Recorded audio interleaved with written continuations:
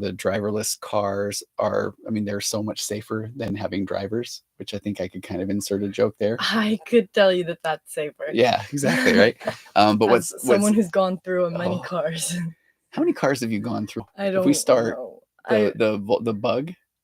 Like I would get like my siblings like old car, Yeah. you know, and then I would just break it every That single white time and go Hyundai? through each sibling until The black we were Hyundai? broke as a family. The best part is and then thank you ADHD, I would forget to cancel like insurance policies and things like that. So then we get another car, and then we'd have like 3 or 4 insurance policies on cars that have already passed. Anyway, I digress. But the technology, My bad. technology is amazing, and this Waymo, this driverless car was incredible. It was so fun, and it just pulls up and it You're waits just for in you. the car like, wee! We were one, and there I literally got one on Mom, and I made her raise her hands and go, "Oh," but that wasn't as funny as I thought it would be. But in the future, though, the argument is that we're still going to make we want to say that, okay, but I want the right to be able to drive. Would you feel that way? I don't know what. So okay, The so right. What the are you right, saying? the right. So You would there are want some the right to be able to yeah, there's drive. some What is the countries that are right? saying that, okay, as soon as that driverless cars are all ready to go, that then there will be no need to have drivers because it's so much safer to have a driverless car.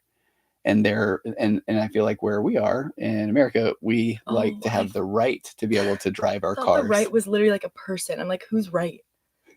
And how is You he don't know driving this, our you know car? this guy Ted Wright who wants to drive everybody's Okay, cars? I'm back. Okay. I just want that clip where you're like, the right? It's like Speak for yourself. But can you see though how some people Yeah. will want to say that? So then what this person said that I thought was fascinating was they said, okay, well, what will happen is it will be so expensive to insure a car because the only time that you're going to get in accidents is if you're driving your own car. Isn't that wild? Oh. Because okay, yeah. yeah. Is that even possible though? What? Like, because what if someone what if say you're in the driverless car and then someone in a driver car comes and hits you? Yeah. Can it react to that? I mean, it can. Fast enough? No, I mean, well, I don't well. know. I don't know. I don't know what I don't know. And the driverless cars, I mean, they have. Okay, good. Mom's on here, so get your questions in. We've got Wendy. My dad is a Sagittarius. Someone asked if you're a Pisces or an Aries. Oh, is that bad? No. Okay. Okay. Mr. Clean. We never called you that before. We have. I've been called Mr. Clean many a times. Here, can you plug that in? Whoever's saying that, you're gonna be a moderator. All right. Mr. Clean. I like it though. Oh, that's Shroom Dude. Mr. Clean, Mr. Clean. Because Mr. Clean is buff. If you want to Google Mr. Clean right now, I'll be Mr. Clean. Although his job is all he does is mop stuff, and I really enjoy doing therapy. I'm not gonna lie. You want to be Dr. Phil? Okay, we actually debated this in my philosophy of technology class. Jesse Scott said that. Okay, and Jesse, I'm so curious how that debate went, because technology is amazing, but it is going to limit some people's what they would view as their right to drive or that sort of thing. But then I guess the philosophy might be, is it for the public good? In that case, 100%. Yeah. And so then I think it kind of ties into some of the things tonight that I want to talk about with anxiety, because if you are having less accidents, if it is becoming, there are people that when they've been through a pretty bad accident, that then they have things like PTSD around driving. I mean, your sister had a really bad wreck a couple of years ago, right? I still can't even imagine what that must feel like if there are times. I still feel like weird sometimes, like going through an intersection, I'm like, oh my gosh, so I can't imagine what she feels like. Yeah. So what would that feel like then to think that, okay, most of the car accidents are eliminated because driverless cars. And so then would that bring down overall the level of anxiety? So that's some of the arguments for technology. But in a way, would it also... is anxiety just always going to be there? Because now people are going to be anxious about if the robots are going to take over. And I think that's I think that's part of, man, I'm so curious, Jesse, how that debate went, because that is, I think one of the questions would be then, would it alleviate anxiety, or here comes conspiracies? It just creates new anxiety. It can. Yeah, absolutely. And that's even scarier because people aren't used to it. Yeah, no. And we are the fear of the unknown, the uncertainty. Mm-hmm. And we talk about that, right? That we want certainty. We want to know what's going to happen in our lives. We want to know that, are we going to find the right person? Are we going to have a good job? Are we going to be financially okay? Mm-hmm. Yeah. It's like the fear that change is bad, or that the way that you are right now, because it's comfortable and because it's known, that it's good. But that's not true, Yeah. I feel like that's kind of how it is in a lot of situations. We equate comfortability with good, we're good. This is good. I enjoy this. But so much. no, being comfortable is just being what you're, it's like just being used to something. Like Yeah. you can get used to being miserable, Right. and Oh, convince yeah. yourself that you're happy, but like that's not Because that, oh, you're happiness. so, okay. Now that once this is so good. I'm Kelly, cooking. you're cooking. Hey, Kelly, what's going on? This is good, Sid, because your mom and I, so we went and had this little mini, what they called staycation or whatever, but I kept calling it a mini marriage retreat because I think it's so fun that we're working. I mean, you need to actively work on your relationships. We were married 34 years. Yeah, you should talk about that. That's like It was cute that you guys still do it was little so outings good. together. It was so good. I mean, not only did we drive in the Waymo car, but we had these donuts that were filled with ice cream. That was amazing. But we had an amazing time just really getting to check in, and we talked a lot about the concepts of differentiation and how growth actually comes from discomfort. So when you're talking about that we want this certainty and it can become, we talked a lot about you tend to want to go toward the familiar. Now that can be bad in a relationship if somebody's used to the familiar is somebody that isn't being curious or doesn't see you. Yeah. And it's like even scary when you think of it like that, because if you have a traumatic childhood, you don't remember it a lot of the times. Yeah. So what you're familiar with is awful, and you don't even know that that's what you're drawn to, because you just think that that's like good. You think it's normal. Yeah. It's just like, oof, it's a bad spiral. Well, and that concept of the familiar. So imagine that if you grew up with a parent, and one of the questions here, Sophia says, can you talk about growing up with a narcissistic parent? And so if someone grows up with a narcissistic or emotionally unavailable parent, what happens is that parent, it is about them. So you've got the kid is trying to people please or trying to stay in the shadows to be kind of the quiet child so that they don't get the wrath of the immature narcissistic parent. But what you learn is normal, or what feels normal is to have to, in essence, like beg someone to pay attention to you. Yeah. So or perform so they will. If you're used to always people pleasing for your parents, now you want to people please for a partner. And it just feels familiar. And I think that familiarity is like a great term for it. Oh, Marco, thank you. Cool that father and daughter are doing something together. Thanks, Marco. You just like take away a lot of your own peace, like with that. Lena. Yeah. No way. I miss Lena. Leaners, what's going on? You guys are about to go somewhere far, far away. Overseas. So excited. I know, right? But if you grew up and your parents didn't pay attention to you, then, and it sounds so wild, but that's why I like the concept of familiars. The familiarity is that I'm used to not being paid attention to. So then I feel like I am not enough. I'm not of worth, that I'm used to being in a relationship where somebody is not curious about me. And that concept of familiar. So then if you all of a sudden find somebody that is hyper focused on you, it can feel overwhelming. And so then somebody says, no, that's what I want, but they don't know what it feels like. Yeah. But you don't really want someone to be hyper focused on you, like, right? No, like, I mean, there's, obsessed. yeah. Well, isn't that funny? There too. Like we were joking one time, right? Where it's like people do kind of say, no, I want this person obsessed with me. But then you do until they're obsessed with you. Absolutely. Yeah. Then it's bad. You do. Okay. B-man, I wish my parent was a therapist. I got the opposite. Man, okay. Heart goes out to you, B-man, for real. Mr. Clean can be your dad. Why isn't that stuck, I guess? Like, I feel like that. I don't know. It's sticky now. Yeah, Mr. Clean. I'm about to be Grandpa Clean, though, on this Thursday. Grandpa Clean. Yeah, there isn't a Grandpa Clean, so maybe that's the kind of thing. There's about to be a baby in my life. Yes, right. Not yours. No. Definitely not. Your sister, your sister. Okay, user 58247348453. Not necessary to do that. But thank you for the comment. You're giving your daughter amazing knowledge. Do you know that you're getting amazing knowledge? It doesn't feel like it. Okay. Sometimes I forget that, like, you know what you're talking about. You know? Yeah. I'm like, whoa, like you actually like studied this. I love it. And is it because when I bring in 2 buckets full of cookies, is that kind of, do I lose my credibility? Yeah, these ones are, the bottom ones are really good. They're amazing. My record. So these are I wish we were sponsored, but Trader Joe's Thin Crisp cookies. I was telling Mom today, one time when I was having a little bit of a rough go and I was eating my feelings, I downed this whole thing in two days. And I kept them in my office and I didn't tell anybody about it. Wow. I know. And I would just eat them by the handful. And I remember doing the math one time, 12 cookies a serving, 17 servings, 150 calories. Never do that. Oh, it was a lot. That's like emotional eating, right? Yeah. Weren't we talking about that? For sure. Time? Yeah. It's like, what do you do with your discomfort? Kind of goes back to differentiation and what Mom and I were talking about in our mini marriage retreat. She thought it was funny that I was calling it that. But we were just talking a lot about it, that growth comes from discomfort. And if you are in a relationship, then that is one of the best things you can do, is learn how to sit with some of that discomfort. Doesn't mean you have to immediately go and try to have conversations when you are uncomfortable, but just take in that when we're uncomfortable, what do we do with that discomfort? So like when we were talking earlier about a narcissistic parent, is that maybe someone will, when they are uncomfortable, how do they get rid of their discomfort? They yell, they manipulate, they gaslight, they withdraw to try to then alleviate that discomfort. And then other times, what do people do to get rid of their discomfort? Okay, I'll do whatever you need me to. They'll people please. But if you can learn to sit with that discomfort, I love this. Ram said, which one's the therapist? Me, obviously. Tell me more, Dr. Sydney. Tell me.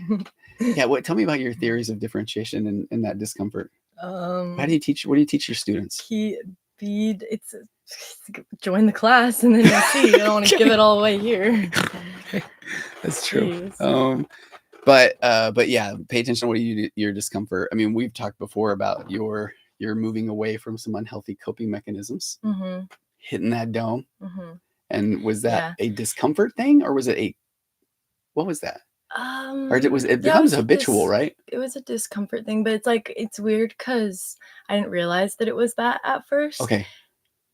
So it turned into just an everything thing. Like it wasn't, I mean, maybe it was kind of causing me to be uncomfortable all the time in a way. So I needed to, it's like the same thing that was making me uncomfortable was what I was using to comfort me. So you almost had for real, a trauma bond with my vape. Isn't that crazy? I guess if you say it like that, kind of. Because it gave you the punishment and the reward. Yeah, sure. I guess. Yeah. Oh. But yeah. Okay. I kind of forgot what we were talking about. Okay, well, can I ask you a question? What? Tell me the origin story. I've never known this. Tell me the origin story of the first time. Because I have when people talk about drinking, smoking, that sort of thing, it's like they'll talk about an acquired taste.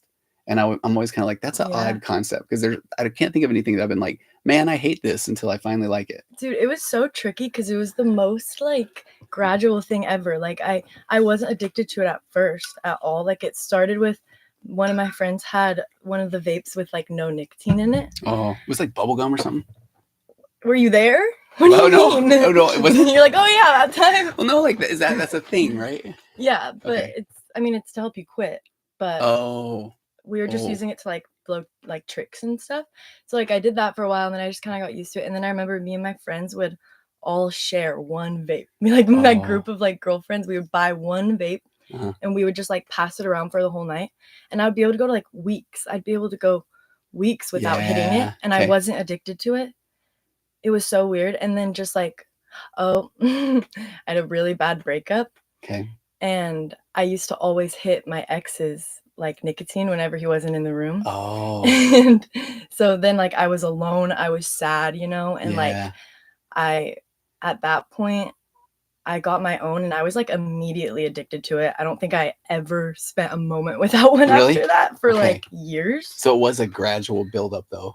Yeah, no, I hated it at first. Did you really? But it was just kind of a social fun thing, and then it was all of a sudden I didn't even it's I blinked, and then it was I'm sleeping with it. Okay. You know what I mean? For real, under your pillow, right? In my hand. Okay. Dude, it was really bad. That's interesting though. I don't even know if I want to ask how old. I think I started it when I was 16. Okay. 16 was the ones without nicotine, and then 16 and a half was when I started, probably. Okay. Yeah. And then I just stopped. I'm 22. So it was a significant chunk of time. That's impressive that you were able to stop for real. Because that's years of doing that. Yeah, but I hate it now. Yeah. I miss it, but I hate it at the same time. Okay, love, hate. Yeah. Okay, do you remember, while we're talking this openly about this, I don't know if you remember, but I was trying to practice my therapy and dad skills at the same time. And I would have clients talk about, and I went home and I asked them, I told them, you better not be vaping. And they said they weren't. I would be like, yeah, you think they're going to answer you? You know what I mean? When a parent would say that. And so then I remember you guys sitting at the table one time, and I thought I was being all clever and sly. And I was like, hey, and I was talking about a high school, not the one that you went to, but one in a neighboring town, where the joke was that, hey, why are you trying to use the bathroom in the vape room? Do you remember that joke? Mm-mm. Okay. So that's what people would say about this particular high school. And so then I said, oh, can you believe that's crazy that these guys said that?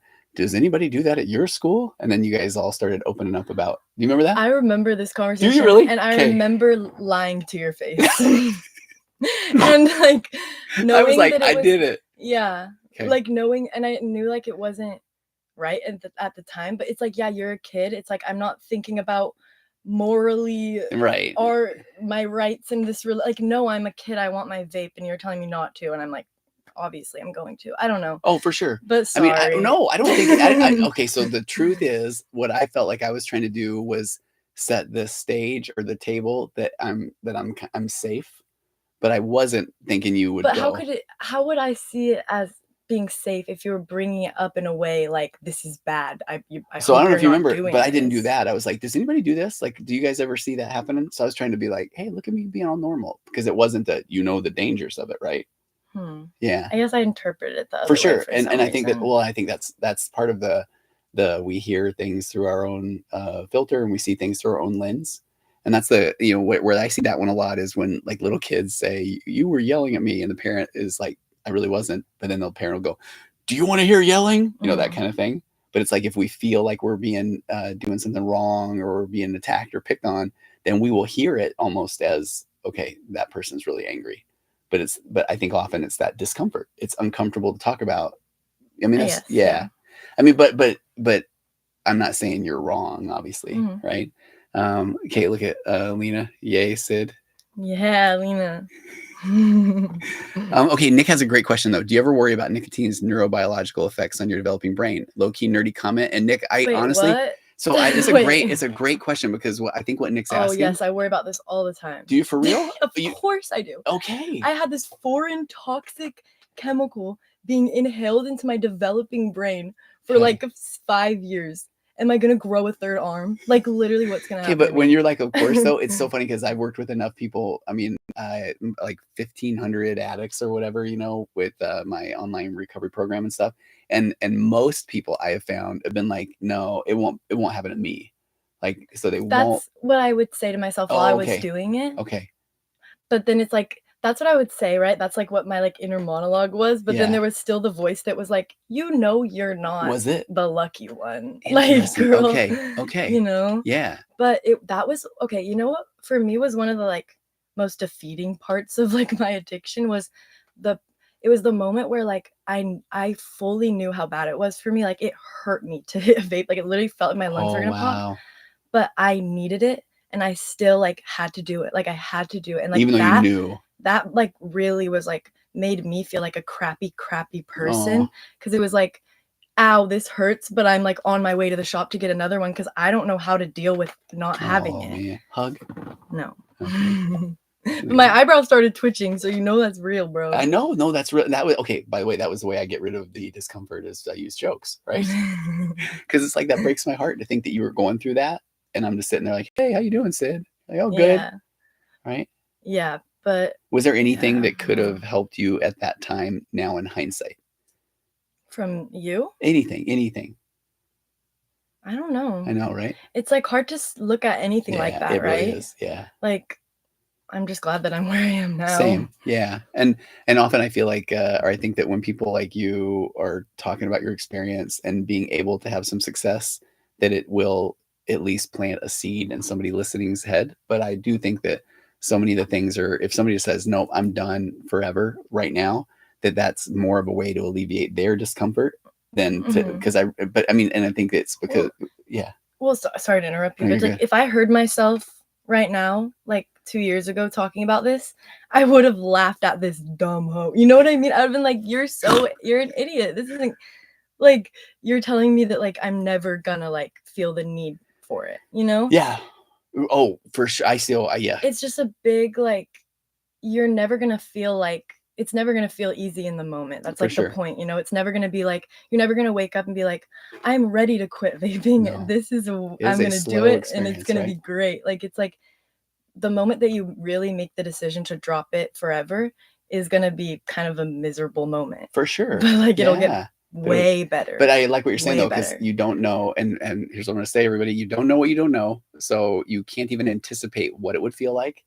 So then it's easy for the brain to say, so how can I bank on that to happen? So I'm just gonna do it one more time, and that kind of keeps that going. Yeah. And it kind of leads a little bit to, I saw, okay, Benny two time. Do you think being mostly reactionary in life can be beneficial? And what I appreciate about you asking that question is then, I would love to know more about where are you at with that question?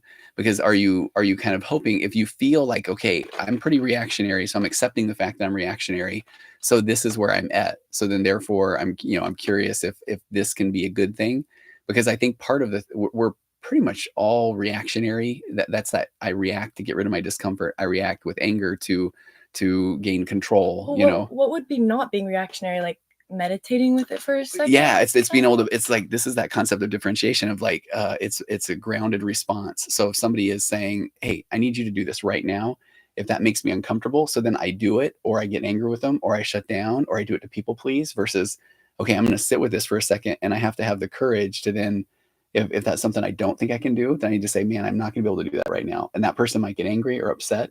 And then, but the thing that's fascinating about learning how to sit with your discomfort or grounded response is that then all of a sudden that person maybe tries to amp things up because they want you to do something to make them feel better. And when you don't, and then they maybe move on and you realize, oh, I'm okay. So then you start to, then what it feels like to be you is it starts to feel a little bit empowering to say, okay, I'm actually kind of master of my own destiny. Yeah. And so I can start to do the things that I feel are best for me. Mm-hmm. Yeah. And also don't be hard on yourself though, like, because I feel like you have to like realize that, right? Because you don't know what you don't know or whatever. And then it's like you have to, like, it's a reaction. That's the whole point, is that it's like instant, and that's hard to like counteract that. So like there's gonna be a lot of times where you try not to react and you're already 4 seconds past the blow up. You know what I mean? Oh, that's so good. But it's like, it's just like implementing that into your mind, like baby steps, just like thinking about it. And then even if you still do react, like one day you're just not going to. Yeah. And it's going to feel like really good. And okay, it's so, instead and I don't mean to act like I'm not looking, but I think this is that part where it's really good to go to.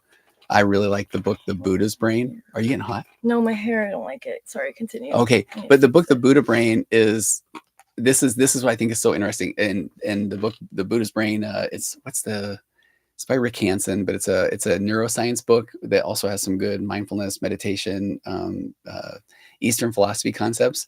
But this is where he talks about a path of practice. So let's take that Vinny two time talking about being reactionary, instead talking about, you've already gotten angry, and then you kind of put the pieces together a few seconds later, and then it's easy to beat yourself up and think, man, why did I do that? So this author, Rick Hansen, says it's a path of practice. So he says, as the saying goes, pain is inevitable, but suffering is optional. That alone, I used to struggle with, what does that mean? Pain is inevitable, but suffering. Yeah. Okay. Yeah. And it's like, yeah, it's not, that being said, it's not optional at first, because it's just what you know. It's just what you know and what you do and how you feel. Like that's where it's confusing at first. It so much is. But so it can be optional. It can. Kind of. Yeah. So that's where he says that this is it's called, whether it's a first dart or a second dart reaction. And what the first dart is the first dart is the pain that happens just inevitably from life. So somebody hurts your feelings and you yell and then you feel bad, or something happens and you react. So the reaction is actually what is considered a first dart response. And then that second dart is then the dart that you throw at yourself. Man, what is wrong with me? Yeah. So if I react and then my second dart I throw is like, man, nobody's going to like you. You're so reactive. So then I think at times we have to we want to justify, okay. It's okay that I keep reacting, but then am I doing something about it is kind of the key. Mm-hmm. And so what he talks about is, he says, as you deal with different issues on your path of awakening, you'll repeatedly encounter these stages of growth. So cut me off if you have thoughts on this, because I think this was part of, I used the phrase game changer maybe too much, but this was one of those big moments for me as a therapist. So stage one, you're caught in a second dart reaction and you don't realize it. So that is just, you are just reacting.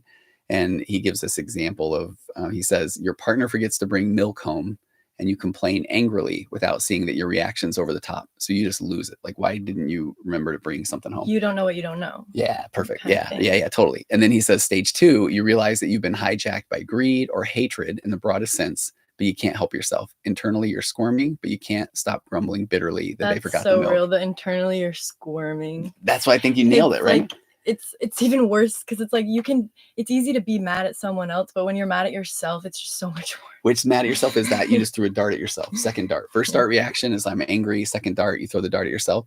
So that he calls that stage 2 on this stages of growth, is path of awakening. Stage 3, some aspect of the reaction arises, but you don't act it out. You feel irritated, but you remind yourself that your partner does a lot for you already, and getting cranky will just make things worse. So that's where, and I think that second stage is the most difficult stage. You go from I don't know what I don't know to now I know, but why do I keep doing? Because then you just feel like a bad person, and you're like, you're why aware. have I done this? How many times have I done this and not realized it? Yeah. And you're like, can I do it again? And I do it again. But yeah, if you like attach yourself to the guilt, you'll just keep doing it more. Yeah. Oh, totally. And so you're on this path of awakening, and that stage 3 is where then it's like, okay, I didn't react as bad this time, and it starts to feel empowering, but you'll still do it sometimes.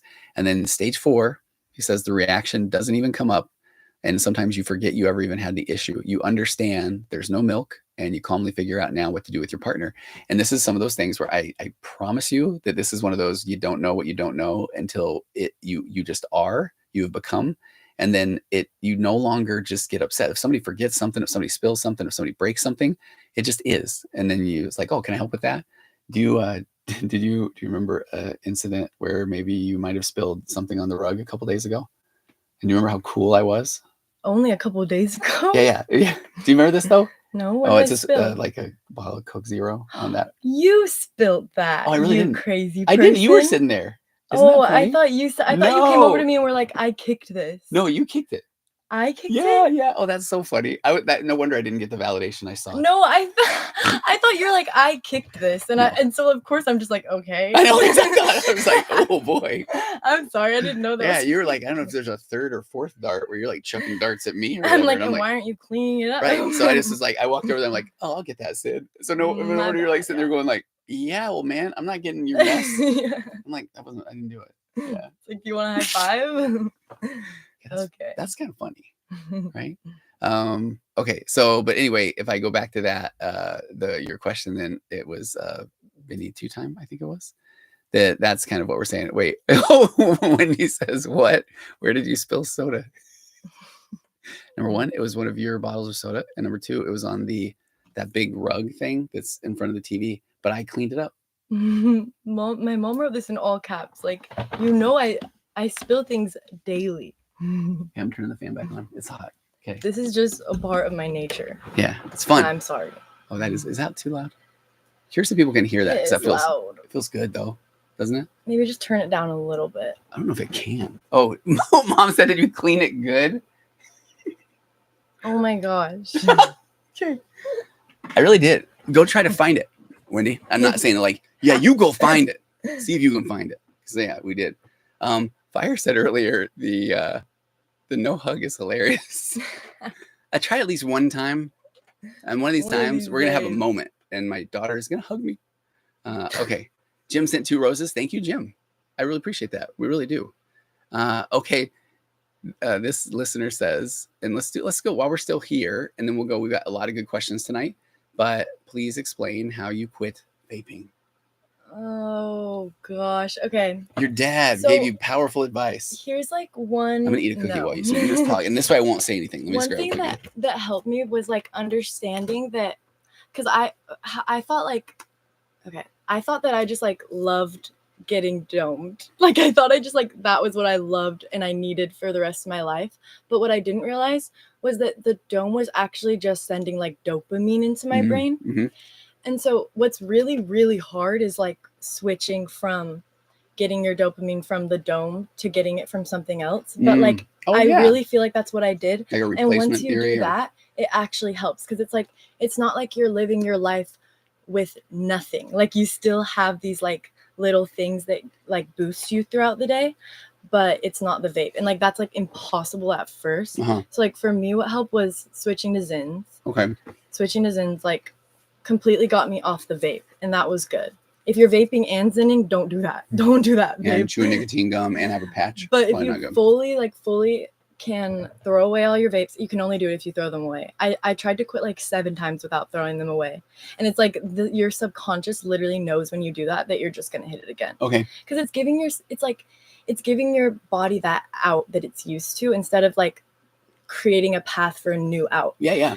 And okay, what I love is like push pops. You did. Push pops. I have a push pop in my purse everywhere I go, I will have a push pop in public. Like we were at like my sister's like wedding or somebody's wedding. I don't know. And like I had a moment where I needed to pull out my push pop, and that was fine. It was fine. And it like took like seriously like probably a month or more, but like, and I'm still zenning, and I'm still like not even the greatest person to come to for this.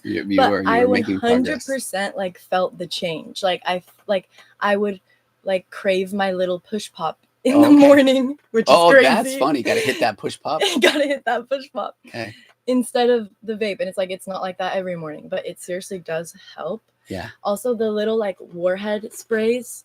Oh. The sour sprays. Those are really good if you like sour stuff. That's funny. I didn't know Jolly Ranchers. Oh my gosh. Fire. So fire. The fire one, the cinnamon one? No. They taste good. No, I actually knew that, I think. It's not, Is there anything else that like, and like I'm not even I wasn't a candy person at all before this. Right, you really weren't, which is all. odd. I didn't like it. Yeah. So I'm saying that's odd. Weirdo. Right. So like there is something to say with that. Like it's like, I mean not to say that like if you literally hate candy, maybe you have to find something else, but it really was just like changing the dope, because I was so used like to getting it from the vape in every moment that like I don't even think I could like candy, because I was getting all the dopamine from my freaking vape. And like how many times? I wonder how many times a day somebody hits it. So like over 100. Oh wow. Over 200. Oh wow. Like, okay. For me. Yeah. Someone's sitting there like, girl, you actually need to calm down. I'm not doing that. But yeah, rant over. Do you see Kelly's comment? Kelly wants me to hug you. Kelly, I don't think I should do anything I don't want to do. Okay. Okay. I'm not going to be manipulative either. I'm not going to sit over here and cry. I'll just cry on the inside. I'll self-soothe. Okay, listen, I could hug you now, but like, do you know how horrifically awkward that would be now? Would be pretty awkward. That we hug after we're done. True story. And one time we left the YouTube one on, and that was really funny, right? Yeah, now I feel like you try to do that on purpose so they'll see the evidence. Oh, I didn't think about that. Yeah, I will. Convenient. From now on, I will. Okay, I want to answer. Well, first of all, and Nick brought up a really good point. He said I recently saw a study that says that the leaf, and I don't believe he's talking the leaf of tea, can induce psychosis in those at risk for schizophrenia. And if you follow Dr. Amen, who the Amen Clinic, they do brain scans, and Dr. Amen has a TED Talk that's pretty phenomenal about what I've learned after 100,000 brain scans, and that's the place where I've got. I work with a couple of doctors there with some of my clients, and that we get to look at their brain scans, and it's amazing, the technology. But I know he's come out a lot and talked about anxiety, and he's talked about the leaf, but that one in particular, if somebody talk about another thing that I have a problem with. Dr. Amen? No, I'm kidding. I was like a great guy. But I think it's one of those things just to start bringing more awareness to, because it's never meant to kind of guilt or shame someone. Mm-hmm. But yeah, and I think what Nick's talking about is that one's kind of the most solid studies that are coming out, is like, yeah, if somebody, because schizophrenia is something that's horrifying. Well, it is, and schizophrenia happens it comes on in your 20s, which is pretty wild if you think about that. So that's where I have to be your guys' advocate for schizophrenia too. I'm gonna be so scared. Just stop it now, or stop schizophrenia now, or public service announcement or something, or yeah. Okay. But no, so, Nick, thank you for sharing that. What is like the connection? Or do they not know yet? Like, why does that cause that? I don't know. Like, this is one where back in my more emotionally immature days, I would make something up right now, but I will find out and we can report back on it next time. So I think that would be good to kind of get the latest research that's out there. Mm-hmm. Yeah. I mean, asking for a friend, I would love to know. Okay, we'll do that. We're on it. So Nick, thank you. Or if Nick wants to come up with some, write a research paper, something like that, right? That'd be kind of fun. Don't do that. Okay. But Nick, thank you though. I always appreciate your feedback. It's good. Okay, Lena, thank you so much. I've always thought that it was BS, but I guess I just have to give it a try. I wonder if she's talking about the push pop stuff or the. Oh no, I so thought it was BS. Like, I'm pretty sure there's a live where you asked. There's like a couple lives ago. You literally asked me, you're like, so have you been getting like lollipops and stuff? And I was like, Are you dumb? I want a cigarette. Like, I think I literally said that to you. I think you did. So it's like it's not. I get it. Like, I totally get thinking I'm an idiot for saying that, but I promise, like, it did help. So I never thought that. I'm kidding. Never done a look away or whatever that is. Or do I side eye you? Like I side eye you sometimes. I know you do. I've seen the videos. But Lena, so talking about there's a concept called the harm reduction model, which I'm a big fan of, and that is saying that if somebody if they're hitting the vape 20 times at the 6% mixture or whatever nicotine is, or I don't know the percentages that they is there 5, and then they go down to what's under that one, 2, 3, and do they have one under that? No. Okay, but then it's like, and then actually I think you can get them like online. Can you? But so the harm, I mean, that's the harm reduction model. Oh, we love you, Hannah. The harm reduction model is that then you're reducing the harm by doing less and less of something, and then moving on to less harmful substances, and then eventually, letting go of that. And it helps you to like start, or at least it helped me to kind of understand my addiction more. Mm-hmm. Like, understand like what I was actually addicted to. Because again, I don't really think it was the it was the nicotine, but like to me it was the dopamine that I like really needed. Yeah. Oh yeah, because I like when you were saying that earlier, you're not going to get the same dopamine dump, and I think that's one of the problems when I'm working with people that are trying to turn away from unhealthy coping mechanisms, like turning to corn. So they're very clear. They're having a challenge with that. It is an unhealthy coping mechanism, and so then in that scenario, then the person it's the habit loop. So there's a trigger, and then there's a thought, and then there's an action. So when I'm working with a lot of people the trigger might be when they are alone. It's not like they see an attractive person walk by, but they're alone. So then their brain says, so the trigger, the thought, oh, I could totally act out. And then the action, they do it. And so one of the keys is putting distance between the thought and the action.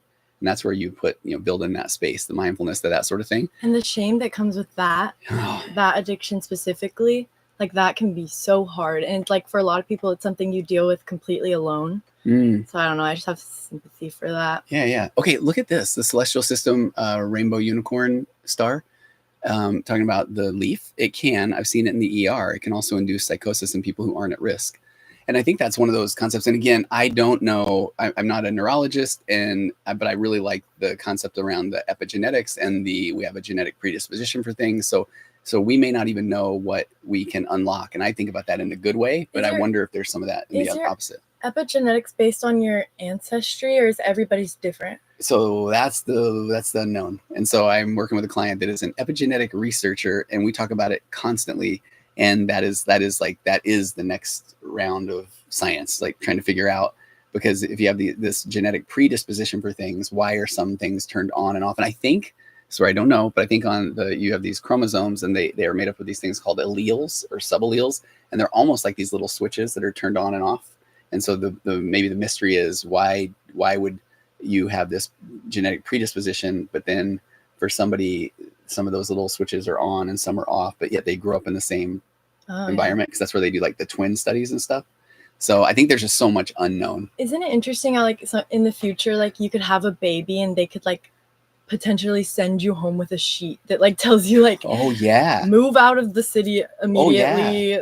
Your kid could have this, your kid, you know what I mean? Like no do peanuts, this, do that. Lots of waffles, get a hairless cat. And then what would happen if like you had 2 kids and like you get one epigenetic sheet that says you can't live in California or else your kid's going to be schizophrenic, and then the other one's like you have to live in California or else your kid's going to die. Like what's going to happen then? No, that's a great, and then all of a sudden you got to jump in a driverless car to get to the next place. And so now there's all kinds, somebody manipulated the genetic data, and it was like people trying to get people to move out of California anyway. And then AI takes over and explodes everything. Cats and dogs living together. Okay, so Ashonda says that's my favorite elf lip gloss. I don't think she's talking about me. Me too. This it's called Jam Session. Ooh. It's like the darkest one, but it's not dark. Like it just looks good. I feel like all the other ones just kind of look clear compared to this one. It's so good. Yeah. Okay. Okay. A couple of things. Yeah. I couldn't come up with a good joke. I couldn't come up with a good joke there. I'm grateful that you shared those tips. Thanks. Yeah. I want a couple of the things that people have talked or asked questions about. Okay. Nice. Where do you see this question coming in? Want ice cream for dessert? Yes, I would, please. You love ice cream, don't you? I'm very fond of it. I love my family. I very much enjoy ice cream. Ice cream or dessert after whatever you guys want to get. Well, I'm down. Would you eat ice cream? I don't really like ice cream. Would you get? I'll have my push pop. Okay. Mm-hmm. But so one user said thoughts on dialectical behavioral therapy. I love it. And that's DBT. And I just want to own that I don't know enough about DBT. I know that DBT is often talked about as one of the most effective forms of therapy for people that maybe struggle with things like borderline personality disorder or some things like that. And so I've had people that I've worked with that have had good success going to DBT clinics, but I don't know enough about it. And so I would tell you more, but I'm glad that you love it for real. And I think the more, that is one that I want to understand more. And then Ella says, what are the early signs of schizophrenia? It scares me so much. And again, this isn't the population that I work with. Me too. That's like my, every day I wake up, I'm like, am I schizophrenic today? Well, and here's maybe what I would say is that, so I don't know. And so I don't want to put something out there that then somebody might go, oh my gosh, I had no idea. But, and I know a lot of people get down on searching or Googling or Dr. Google, but I think there's a couple of ways to look at that. One is if your anxiety is high because you're not aware of what the symptoms are, then I think it would do you a lot of good to then just embrace the fact that I want to know. And so, and I would recommend trying to find somebody in your area that is familiar with it. You can go to psychologytoday.com and you can just even plug in there your area, and you can look for people that have different specialties.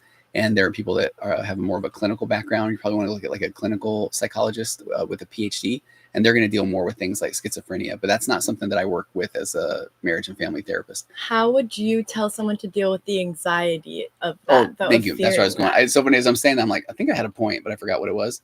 That it's the acceptance that I'm afraid of it, because if I'm so afraid of it that I'm like worried about it, and I'm thinking, man, is this a sign of it? Or then if I accept the fact that I'm worried about it, it goes back to that acceptance doesn't mean I give up, I give in, that I have apathy, but acceptance means that I'm accepting the fact that there are going to be times where I'm really worried about it, because that actually might be more of a, what are the times where I'm worried about it? Or is it times where I don't feel a connection with friends or family? Is it a time where I maybe feel like I'm alone? Because that might be more of the thing to take a look at. Am I craving social connection? And when I don't have it, then I worry that is this schizophrenia coming on? Or so then I just think that's where I would go from my point of reference.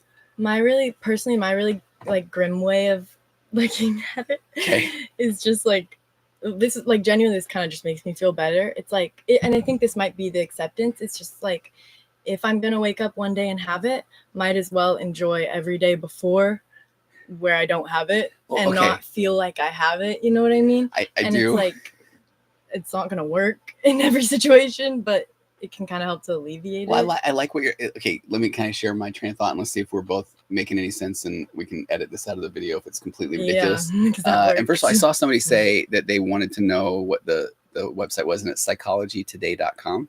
And that's where you can find the therapist in your area. You can look for specialties, that sort of thing. Okay.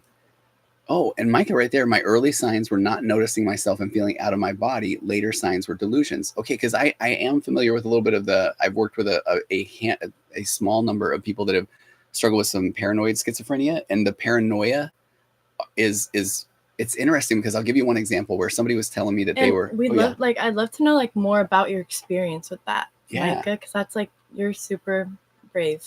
Yeah.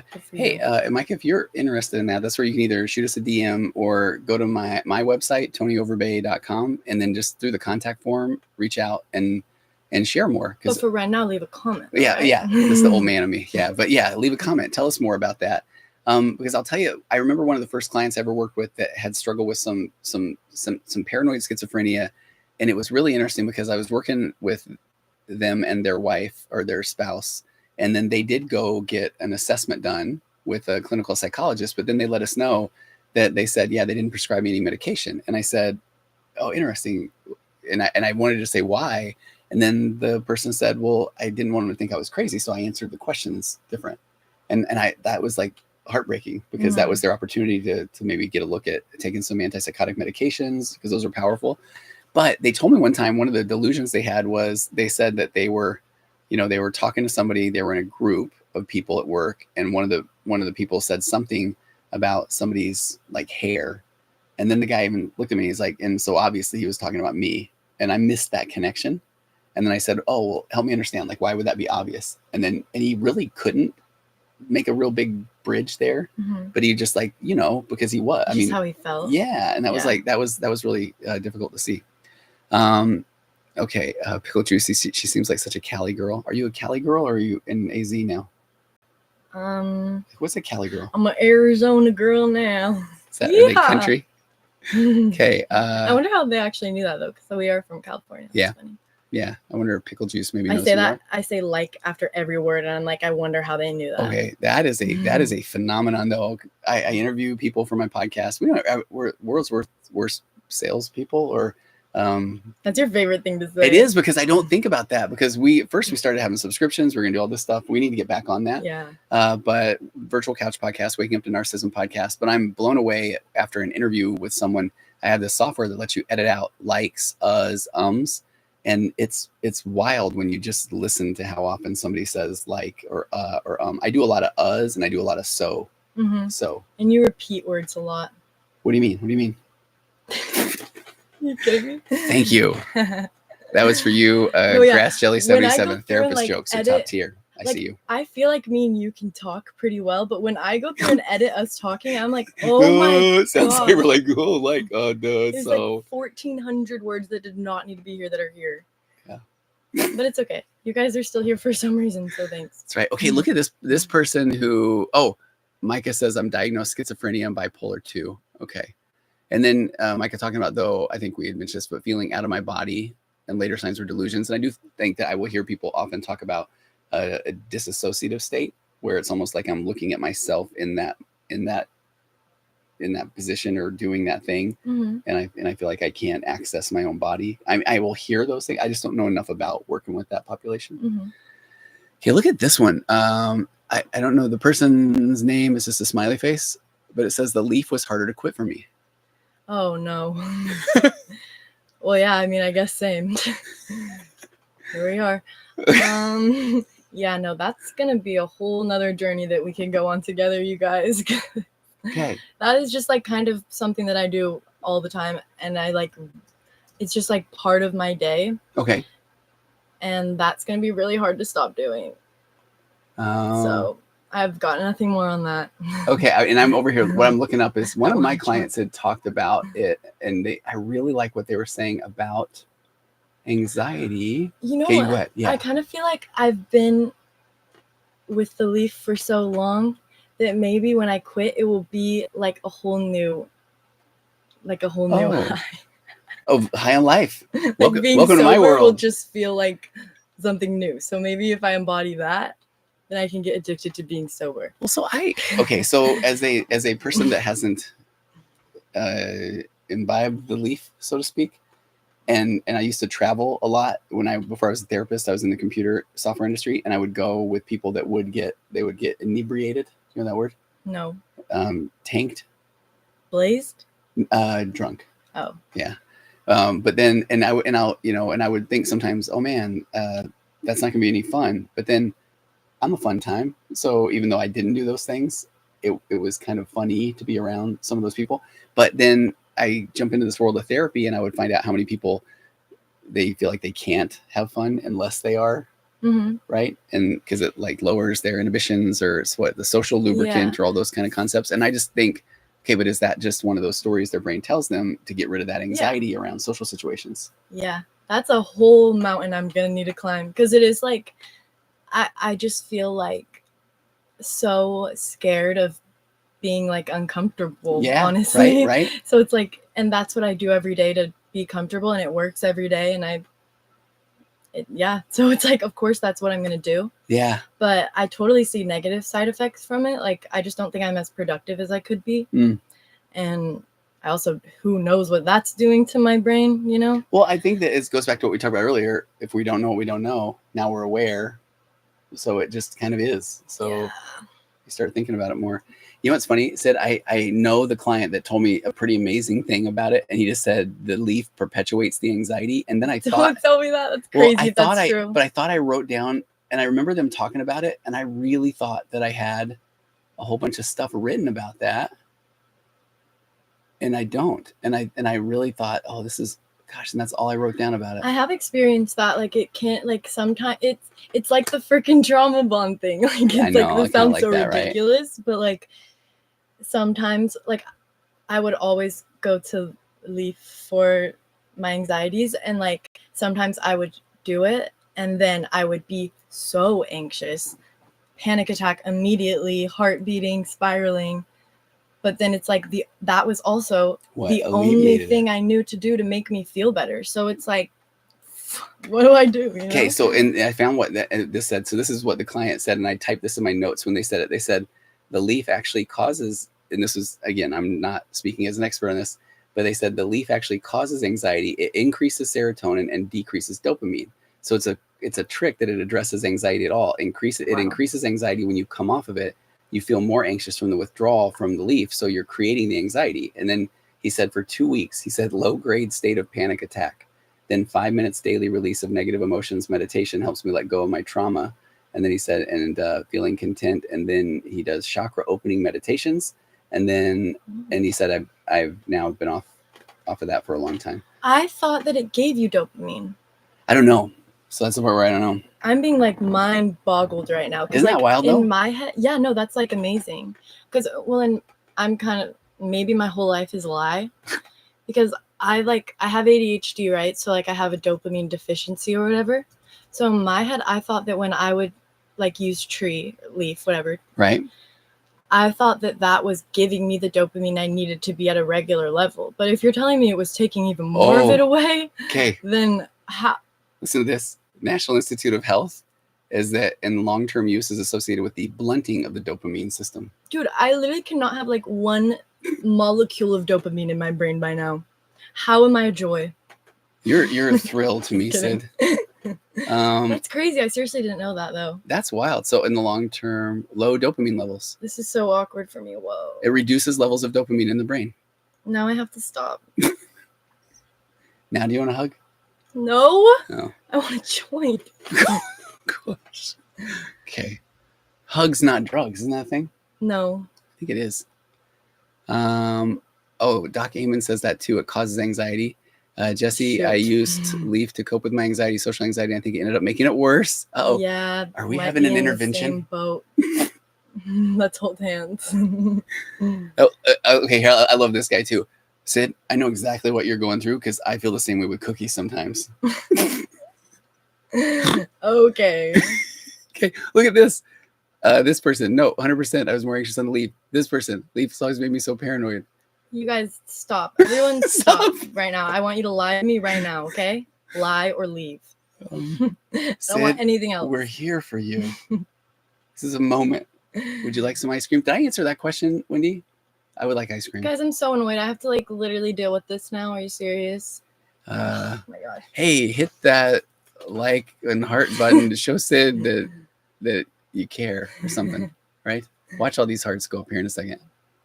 That's cool to know that a lot of people like you guys all have gone through it too, though. I know. So if you guys have any like tips on that one, well, look, there's the hearts. There they are. See, that's everybody caring, Sid. Thanks, guys. Yeah. Okay. Just sit back and watch them for a little bit. Anyways. Enjoying that. They keep going. Dude. People care. Stop. I care. Hug. No. Okay.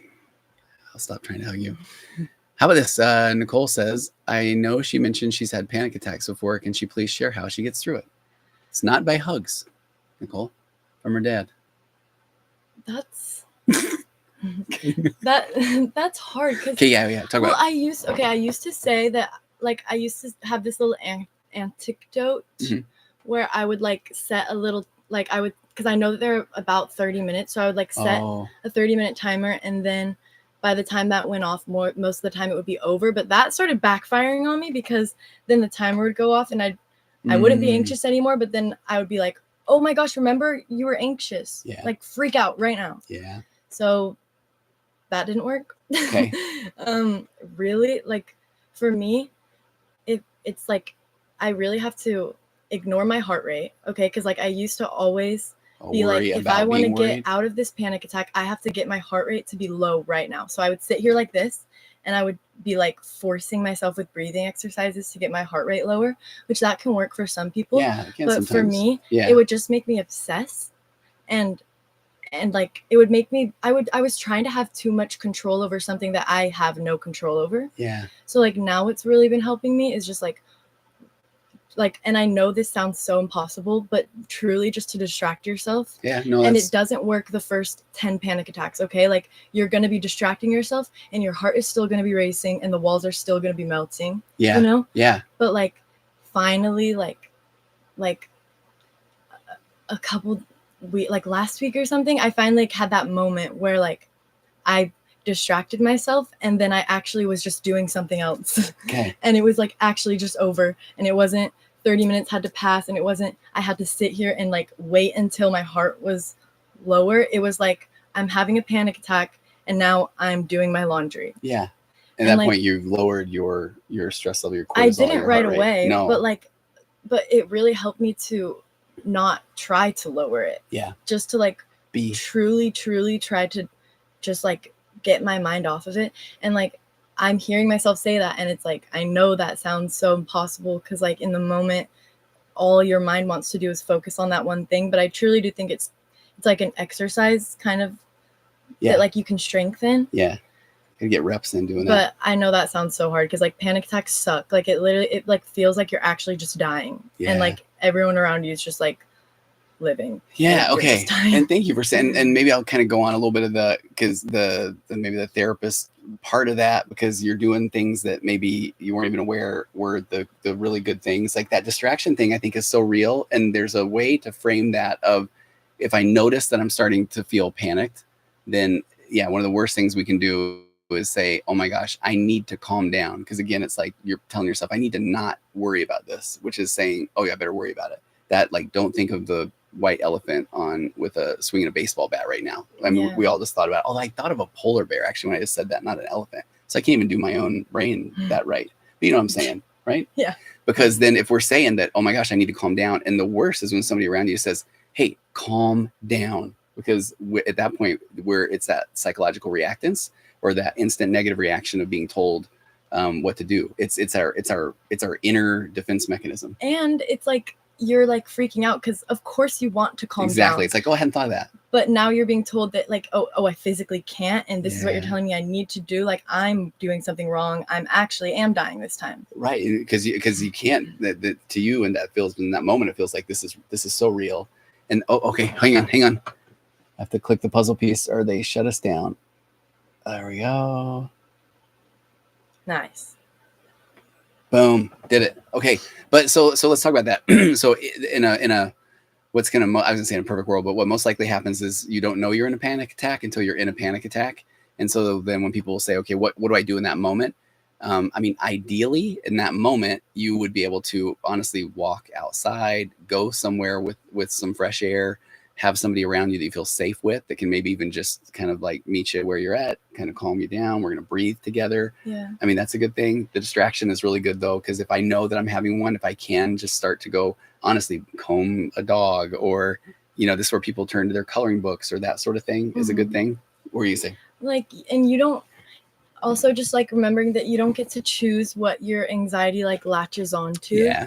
So it's like if your anxiety, because sometimes it's just like I'll just have anxiety and I won't know why, but other times it will like attach itself to a problem in my life, and it's just like it's another like acceptance thing. It's like I don't have to figure this out right now. Exactly. I just have to just kind of be right now. Like I don't have to figure this out. I don't have to, again, like I don't have to get my heart rate down right now. Mm-hmm. It's just like the acceptance that like you're not gonna calm down, but like it is gonna be over. Yeah.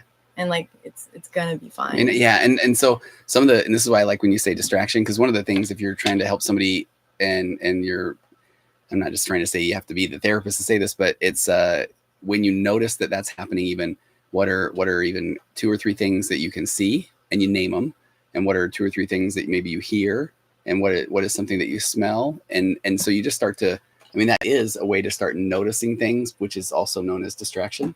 And then one of the biggest takeaways, I think, is then when you have calmed down, now look at that with curiosity. Step back. And it's funny that we were talking about the schizophrenia or kind of having that disassociative state. But in acceptance and commitment therapy, one of the best things we can do is accept that happened. There's nothing wrong with me. I'm human. Check that out. That's what happened. That's how I thought. That's what I felt. And so then I can look in that moment in context. And then I can say, okay, what were the things that were happening that led up to that? And I don't know if you can identify this, but a lot of times clients will come in and they'll say, I have no idea why it happened. And I almost want to say, okay, this is not like saying this is going to be easy, but then you just say, well, kind of take me through your day, or take me through your last couple of days or your week. And then people start saying, well, I don't know, I had a big test coming up and I was stressed about my job and I had a check bounce and all that stuff. And all of a sudden they're going, oh, maybe that had a lot to do with it. And then you can start looking at, okay, moving forward, now I know, this is what I think, try to be funny about it. But then every time those scenarios happen, then I'm going to have a panic attack. So, but those unique scenarios won't necessarily happen again, but I can try to do things to prevent those things. And when people used to say, like, name 5 things you can touch or taste, whatever that thing. Yeah. I used to think that was really dumb too. And I didn't really understand it. And I would try to do it a lot of times when I was having a panic attack and it didn't really work.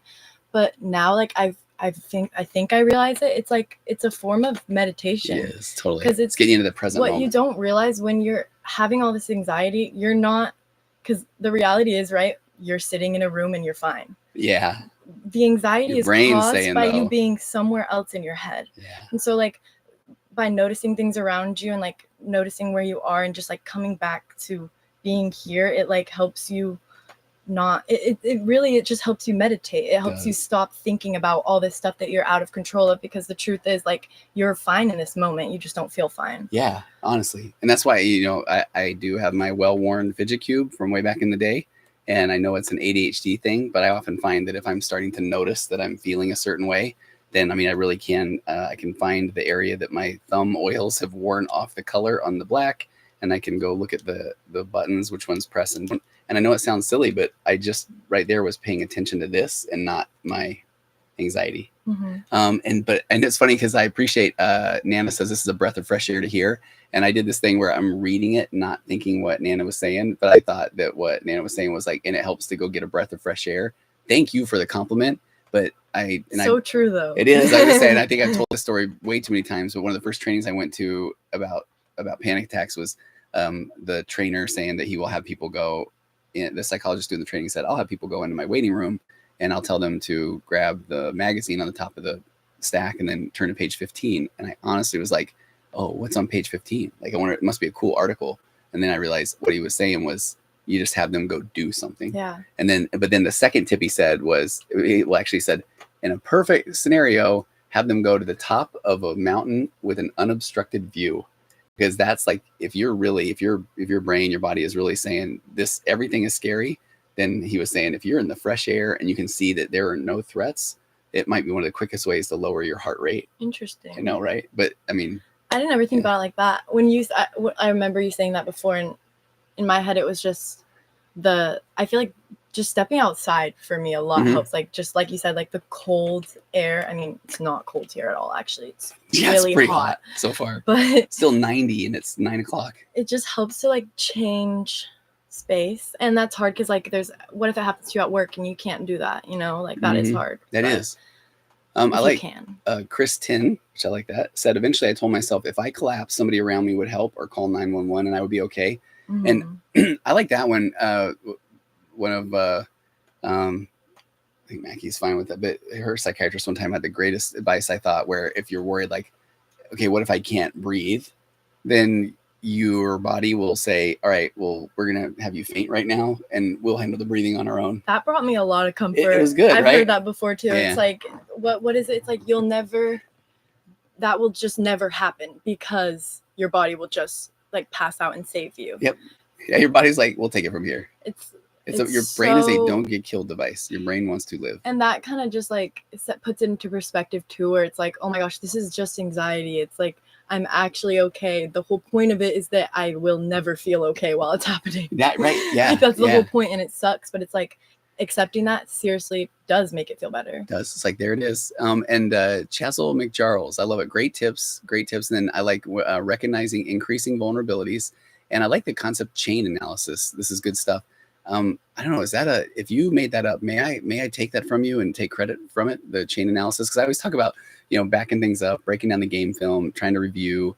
But I like the chain analysis. I don't get it. It's like analyzing the chain of events that led up to something. Oh yeah. Okay. I like that because that is the concept of, because we really can put pieces together. And then, and I mean, it's so funny. We want patterns. We want certainty. I mean, we talk about that all the time. And there's a concept called apophenia, where we're wired to identify patterns. It's a survival instinct. So our prehistoric ancestors saw like the grass move and like some other animal run away, and it's like, oh, there must be a snake coming in the grass to get us. So our brain's like wired to try to put pieces together. But then oftentimes once we get out of a difficult situation, whether it's an argument with somebody we care about or a panic attack, we think, I don't want to go back and revisit that because it will cause me to feel that way again. Yeah. But that chain analysis or breaking down the game film is one of the best things you can do when you can look at it with curiosity, and you have to get out of the what's wrong with me or the shame and the guilt. Okay. If that makes sense. All right. And this is so good too. I don't do enough of this stuff. He says cold to the head and face, jolts us out of fight, flight, freeze, fawn, and sends blood to the core. Yeah. And that one's, like cold plunges, that sort of thing. Or you're just splashing your face with water. For sure. Yeah. Or taking a shower. Yeah. I love to take a shower when I'm like super anxious. Because it like you can't really pay attention to your heartbeat in the shower. And that really helps me. And I just feel like it like the water all over your body, like the warm water or cold. It takes your body, like you said, it forces you out of the fight or flight kind of. It does. Well, and I want to talk about this too, is that I actually have someone that sent me their treatment plan. Oh, here it is. So they went to the Amen Clinic and they had a brain scan, and then they shared this concept of the treatment plan that I thought was so good. It said, this is about the cold plunges that we talk about, or putting your hand in ice, or I do try to turn the water all the way to cold at the last bit of a shower. Although here it's kind of just nice and still warm. But as they said, learn to control your autonomic arousal and get comfortable with adrenaline in your body and brain. Use tools like ice bath, cold shower, or simply 30 deep breaths in via the nose and out via the mouth. And this is what's key. Use the adrenaline response to start or resume tasks that your brain has lost interest in. Whoa, that's so good. I know. I've never looked at it that way, right? Seriously. And then he said, these tools have been shown in peer-reviewed research to enhance immune function, raise metabolism, and in some cases, increase your threshold to stress and anxiety. Whoa, you should like literally read that again. Okay. I know, it's good. So this is part of where, the whether it's the cold plunges or taking the end of your shower cold or starting to just put your hand in ice or whatever that is. So it's learning to control your autonomic arousal and get comfortable with adrenaline in your body and brain. Right? Getting comfortable with adrenaline in your body, because it's so uncomfortable. Yeah, and we want to get rid of discomfort. The idea of using that, like, because it really just feels like anxiety to me. It feels like I can't sit still, I can't be here, I can't do anything, or I'm gonna explode. Yeah. So like the idea of trying to use that to do something, maybe like use that energy almost and turn it into something good or something motivating. I'll get back to you guys. Literally, it might not work at all because it kind of does sound like BS, but like no, it's real. On that sounds good. Yeah, it is. And so then it's use tools like an ice bath, cold shower, simply 30 deep breaths in via the nose, out via the mouth.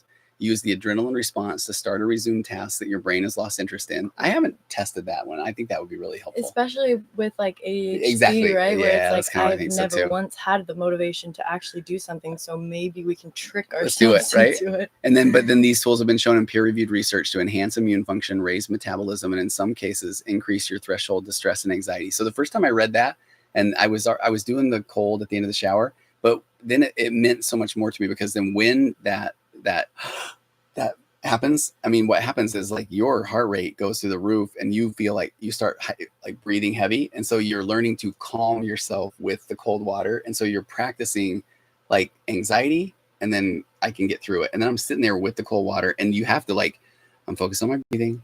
I'm feeling the water hit my Mr. Clean bald head. It's like that, like you are your soul, not your body. Ooh, that's good. That's like something that I try to tell myself a lot when I'm having a panic attack. It's just like, I'm not my body. Like, this is how my body feels because it's a human sack of stupid flesh. Yeah. But my soul is like so much stronger than that, obviously, because like what's going on, it obviously has to be why are we here. Okay. First of all, Chazel is getting the win big time tonight. DBT plus trauma therapy changed my life, and I love the focus on playful curiosity. I love that concept. And I've never heard this one. Tips: temperature, intense exercise, paced breathing, and progressive relaxation. And then, but look at this. I love this comment, GSYSN. Love TikTok. 1 minute I'm watching a stupid meme, and now I'm basically in therapy. I love it. That's true. It is. I like a good meme. I love like the idea of like, that's the first time, the article you just read, that's the first time I've ever seen anxiety being framed almost like you can use it positively. Oh, for sure. I've never, because in my experience with anxiety, it's like there is nothing good about this at all. But I like the idea that you could change that, hopefully. You really can. And that's where I go back to, and I'll say it over and over, the brain is a don't get killed device, and anxiety is there as a warning, but then we let it kind of run wild with us. And instead of being worried, where it comes up and it's like, oh, something for me to pay attention to, now we just think, oh, I got to worry about everything. And there's so much to worry about. And that was, you know, it's funny, here we are, what, an hour and something into this, an hour and 17 minutes into this. And I had this article that I was going to refer to earlier that is it's titled The New Science of Stress. The defense mechanism affects our health at every age, and researchers are striving to understand how. But listen to this opening. It says, over the past few years, the perceived level of psychological stress has risen dramatically across the globe due to a combination of events, including long-lasting pandemic, civil unrest, escalation of political instability across the globe, climate change that has triggered major environmental and economic let's send us into a panic attack right now. But that's why I was thinking it's so interesting, because it really is something where, and they just say now the evidence suggests we're facing a second pandemic of mood and anxiety disorders, including major depression, anxiety, and PTSD. And so, I mean, it's real. And when people let themselves, which I understand, that's why I'm saying let themselves, or allow themselves to just overthink and worry and ruminate. Yeah, we know too much. I mean, yeah, I want to do the whole, when I was a kid, I don't know, it's so funny. Maybe you could watch the news and you could get a newspaper, but you just didn't know all the stuff that was going on. Isn't that wild? It like in the same breath as that guy who said like you're watching a meme and then you're on therapy. Yeah. It's like you scroll off of this and like you're literally watching an animal be abused. Like it's like literally the craziest stuff on here. And it's like of course I could totally see how that would increase anxiety, because it's like anxiety is the want and the need for control. And it's like we can't possibly control that many things, or anything for that matter. So that's part of the problem. And the problem is that we think we crave certainty and we want control, and rinse and repeat. But I mean, I look at that though, and this is where New Science of Stress, or we talk about the anxious generation, that book that I mentioned earlier. And but I think that the right tools are so needed right now, because it isn't what's wrong with me. That is never going to be the right tool. It isn't I need to stop thinking this, because good luck trying to stop thinking about something. So those two tools alone, as a practicing mental health professional, to me, I feel like that's part of the problem, because people are so, again, we want to get rid of that discomfort. And how do I want to do it? Then I want to turn to a unhealthy coping mechanism, or I want certainty, or I think that I can think my way out of a thinking problem if I can just like worry about it more, or if I can like prepare better, if I can, but it only, that I can now I'm focused on the preparing to avoid the anxiety, which causes me more anxiety, because am I preparing enough, versus an acceptance that this is how I'm feeling. Check that out. And I promise you, the more that then you invite that to come with you while you do things that matter to you, then what it feels like to be you is going to be somebody that's living a little bit more of a life of purpose. And you'll still have those ups and downs, and anxiety will be there, but then I can notice it, and it's going to tell me something. That's why I like what you're saying. It's going to tell me that maybe I've got my focus on things that are not helpful for me, or that I'm not focused on my values, or I'm becoming a people pleaser, or I'm worrying that I have to take care of things for people that aren't appreciative, whatever that looks like. Yeah. And isn't it like truly just like so comforting once you like really understand that all you have to do is nothing? Like it's like anxiety makes you feel like you have to prepare for every conversation, prepare for every outing, prepare for every situation, like every interaction that could ever possibly happen. But it's like you actually just don't have to do anything, and like just you'll be okay. Well, and it kind of goes, Sonia's got a great question. Sonia Connolly, yes, people's mental health has gone downhill. I see it in the ER. I bet. And man, power to you for being an ER I love person. Your ER input. I know it helps so much. And then can you give me one thing to give a patient with anxiety to work on? and I think one of that, but see, it's so interesting. I worry so much I'm going to sound like I'm just saying these platitudes, but it's like an acceptance, or I mean, that's where I want to just validate somebody. And if they are starting from a place of like, oh my gosh, the sky is falling, that it's like, man, tell me about it. Like, what is that like for you versus what does that feel like? Yeah. And where do you feel that? And that's like, remember we did the feelings wheel? Yeah, I like the, like, what feelings, that's all I was gonna say. It was so good. But it does help to identify, like, where in your body you're actually feeling it. Yeah, because if I want to get rid of my anxiety, then I can tell that person, hey, don't worry about it. It's not a big deal. Just calm down. I mean, all those things that we think are going to help, but really it's like, it is, right? So if I can say, man, tell me what that's like, because we want to be heard and so desperately.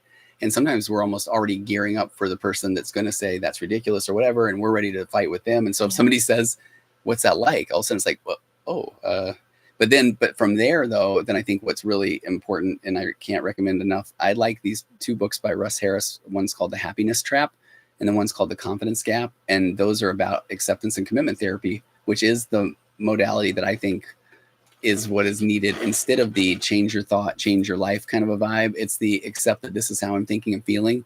That's okay. And now turn to things that matter to me, value-based goals.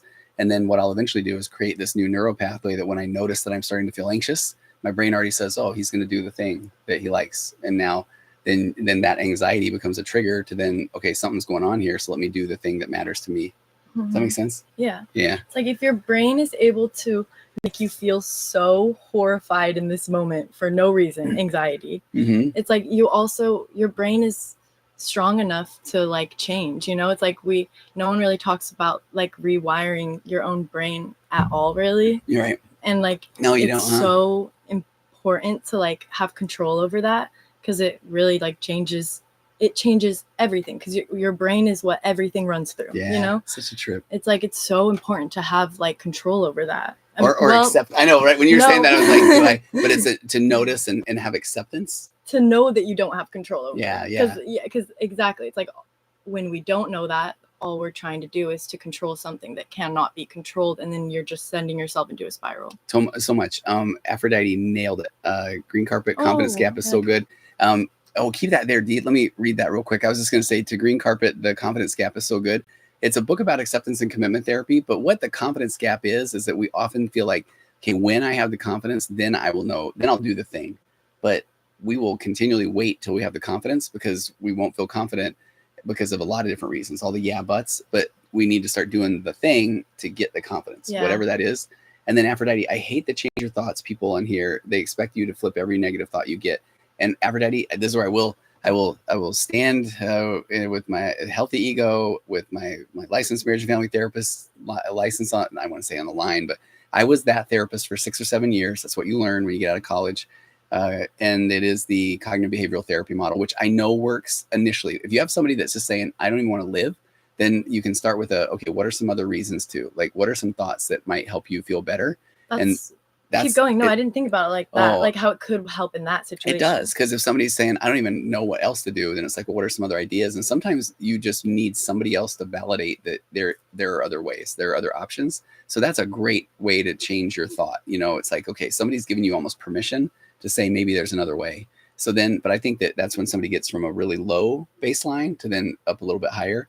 But then acceptance and commitment therapy comes in and says, okay, because cognitive behavioral therapy has these things called like what are they called, acronyms? ANT, automatic negative thought, or your stinking thinking. And I look back on that now, and so I'm telling people, oh yeah, that's your automatic negative thought. I'll be the judge of that. Or you need to knock off your stinking thinking. So you're telling that person, yeah, you're kind of broken, And so ACT says, oh no, you're not. You're human. Why on earth? Who am I to tell you how you're supposed to think and feel? So you start with I'm thinking this and I'm feeling this, and that's because I'm the only version of me that's ever been me ever. So check that out. This is what I'm thinking and feeling. And then from there you move into so actually, if I'm accepting the fact these are my thoughts and feelings, what do I want to do? And so then it's really starting to help you become more differentiated, more autonomous, more independent, which is a good thing. Beck's Garage, which Beck's been here before, right? Welcome back, Beck. If you wait for confidence or anything else to do something, you'll never do it. Absolutely. Confidence is fake. I'm just kidding. It's fake until it's real. Okay, that's true. Seriously. Oh, for real, that is. It's just insecurity, right? Or it's a way to get rid of the discomfort. Where I think that what people do is they say, yeah, if you wait for confidence. So then I fell for this for so long when you would get them to this point in the session, they'd say, you know what? I just got to do it. Like, I just got to make it happen. And I'd be like, yeah, all right, check, great job. And then they come back the next week. I'm like, how'd it go? Man, I really didn't do it. And they're like, but you know what? I get it now. Like, I need to do it. I'm like, there you go. Like, and then but it's like, that's just a way to alleviate their discomfort. Because then it's like, oh man, I hear you. So now what are you going to do? And it's like, oh no, I told you, like, I'm going to do it. Like, it's like, okay, but that's a way to alleviate your discomfort. What are you going to do? And I think that's one of those things where it's like, okay, I just have to start doing anything to start getting down this path of baby steps. Yeah. If you try to change everything in 1 week, you're not going to. Yeah. Oh. And you're going to come back miserable and guilty that you didn't do it. And exactly. Shame you're right. on yourself. Thank and it's going to send you backwards. Yeah. But I forgot the second part, but it's so good. Look what Aphrodite said. This is like, that stuff is so true, especially if you have OCD, like OCD of thought, especially I have thousands of awful thoughts a day and I just can't flip them in that case. And Aphrodite, welcome, because we talk about inappropriate thought syndrome, which is like we all have. I mean, I know it's not the same level. I'm not trying to say I know exactly what you're going through, but I just you do. But you've had that. I mean, yeah, she's not. We don't know what she's right. Through, No, but you've had the intrusive thoughts to the point of where you, because I mean, by the time I was recognizing them, I was being the therapist, and I went immediately. One of my first episodes of the Virtual Couch podcast is about intrusive thought syndrome, which is that we all have these wild, crazy, inappropriate, horrific, violent, whatever thoughts, but just because we have them doesn't mean we're going to do them. And then thought suppression doesn't work, which is so key. And personally, I feel like, okay, and this is, like you said, like I feel like every version of therapy is different for every situation. What you need is different than what somebody else needs. Yeah. But for me, it was like a lot of that because I had like religious scrupulosity or whatever. Exactly. So like it was a lot of that. You're having bad thoughts. So you need to stop. You need to like change, like you said, like you need to change that bad thought into like a good thought somehow. And I feel like that actually caused me to have more bad thoughts. For sure. Because then again, it was like, of course I couldn't change a thought because it was already there. There it is. And it already happened. Yeah. And then I would be like this little like kid who doesn't understand anything really. Yeah. And so then I would just start feeling bad about having bad thoughts. And then, I don't know, just like putting yourself in that negative mindset will just allow so many more of them to come in. It does. But now we get like to the point where we're like, oh, I had this thought, check this out. Like he'll say things like, hey, it's been 5 minutes since I thought about. It's so funny. Now I just think they're funny. They are. Like, and I used to literally like beat myself up about it. Yeah. But yeah, I honestly, I had a really weird intrusive thought the other day. I don't even remember what it was, but like there was a second where I was like, oh shoot, I'm a terrible person. Like even still now. Yeah. But then it's like realizing that if I feel like I'm a terrible person because of that thought, it's probably because I don't resonate with that idea and I'm not that person. Yeah. You know? Yeah. I like it. And I like how you're saying though, we're never going to be perfect I still find these times where I'm noticing that I'm feeling down. I'm noticing I'm feeling anxious or stressed. But then over time, what we talked about earlier is, this path of awakening is then over time, it will feel like, oh, what's that all about? Instead of it is like, I am bad. It's like, I'm noticing I'm feeling bad. Like, what is that all about? And then I'm going to chain analysis, as we heard earlier. And then I'm going to review, okay. So maybe there's a pattern here. Yeah. Cause you're not bad. You're not a bad person for feeling bad. Like we're literally, you're not bad. Like we're all just products of everything going on around our us. Nature, nurture, birth order, DNA, abandonment, rejection, hopes, fears, dreams. We just are. Yeah. It's like, you're not making choices because you're a terrible person. It's because that was what your brain told you to do in that moment because of what you knew in that moment. Yeah. It's like, you're not a bad person for realizing that's wrong. You're actually a good person. That's showing that you've grown and you're a better person. Okay. Liam misses me. I miss Liam right there. That's like too cool. Catching us at the end. So now it is ice cream time. Let's go. It's been an hour and a half. Is time. That went by so fast. It went by so fast, but it's hot in this room. Are you hot? Mm-hmm. Okay. Kind of. And it's also time for the hug. Don't push it. Okay. Thank you, everybody. We can see on this end, and I really appreciate the, 15,000 people stopping by and saying hi. I've never said enough. That's mind blowing, and I so appreciate it. Yeah, and real. It's like you guys are cool people, you know. Yeah. It's like because like I don't know, like the ER lady and like all you guys know Betsy's stuff about by psychology here. and stuff. Like the there's so many people. You guys are cool. Yeah, but it's amazing though, and so we don't push it. But we are. I mean, it's mind blowing to me. I didn't when we jumped on and started. The compliment. That's right, exactly. When we started jumping on here, though, whenever we hit stop, I would then it comes up and tells you how many people watched, and I just remember like being blown away. Did you spill water all over yourself? Yeah. And tell me about those like this right here. He's trying to call me out on my hairy legs. No, I'm not. No, I'm not. On a public live broadcasting. I did not do that. Insane. Okay. And I'm very warm. Thank you. It is warm. All right. We're going to go eat ice cream. And thanks for joining us. We will be back. Probably it won't be until I'm in California the next 3 days. And then somebody's having a baby. And then. So maybe this weekend? Yeah, this weekend. Next weekend? Yeah, we'll be back. And Hannah misses us. Hannah, we miss you. I miss you so much, Hannah. I know. Come visit us, Hannah. Why have you done that? Oh, is she? Mm-hmm. Okay, good. It's about time.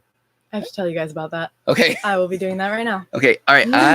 I will now hit the button, and then I'll remember I covered up over here on YouTube. I'll remember to do that. I will not try to trick you into hugging me on the YouTube live. And we'll see you, everybody, over the... Oh, when's the next live? Beck's Garage. Will it be on Sunday probably. or Saturday? We don't do them on Saturday. It'd be fun to do one on Saturday, right? I don't know what would be better. Would you guys rather us do it on Saturday or Sunday? Well, I'm gonna figure out. Cool. There's like a way to do polls on here, and that'd be nice. We need to do that. While we're doing it, that would be really nice. That really would. First person who says it's gonna happen. Oh boy, Saturday or Sunday. You guys. Here we go. Guys, are you trying to make us uncomfortable right now? Here we go. They are. It is both. Okay, oh, you guys are so cute. That was very nice. Tuesday. Okay, all right. We asked for it. Okay, DIY Mom Sunday. See you guys. Saturday, Sunday. We'll review the comments. We'll say Chazzle, thank you for being here. I appreciate your feedback. Okay? It will. Promise. Okay. Everybody have a great night. We'll talk to you later. YouTube. Go check it out. I'm about to hug Sid. No. Okay, bye. Goodbye. Okay, I'll stop this right here. Wait, see, that doesn't even... Okay, yes. Bye, bestie.